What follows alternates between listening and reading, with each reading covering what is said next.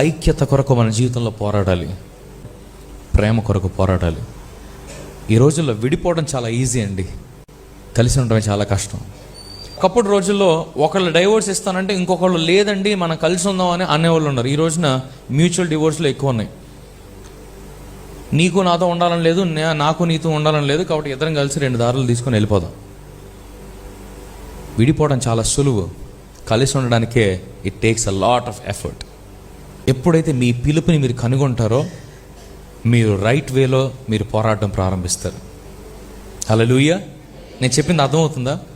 మీరు ఎవరి కొరకు పోరాడుతున్నారో, దేని కొరకు పోరాడుతున్నారో, మీ పిలుపు ఏంటో, మీ యుద్ధం ఏంటో మీకు తెలిస్తే మీరు చాలా ఈజీగా పోరాడే మార్గంను మీరు కనుగొంటారు. హల్లెలూయా. ఆ పోరాటం మీ జీవితంలో శాంతిని ఇస్తుంది, సంతోషాన్ని ఇస్తుంది, సమృద్ధిని ఇస్తుంది, ఇతరులను క్షమించే హృదయాన్ని ఇస్తుంది, మెచ్యూరిటీని ఇస్తుంది, ఫలభరితమైన జీవితాన్ని ఇస్తుంది, దేవునిలో స్థిరంగా నిలిచే కృపను ఇస్తుంది. హల్లెలూయా.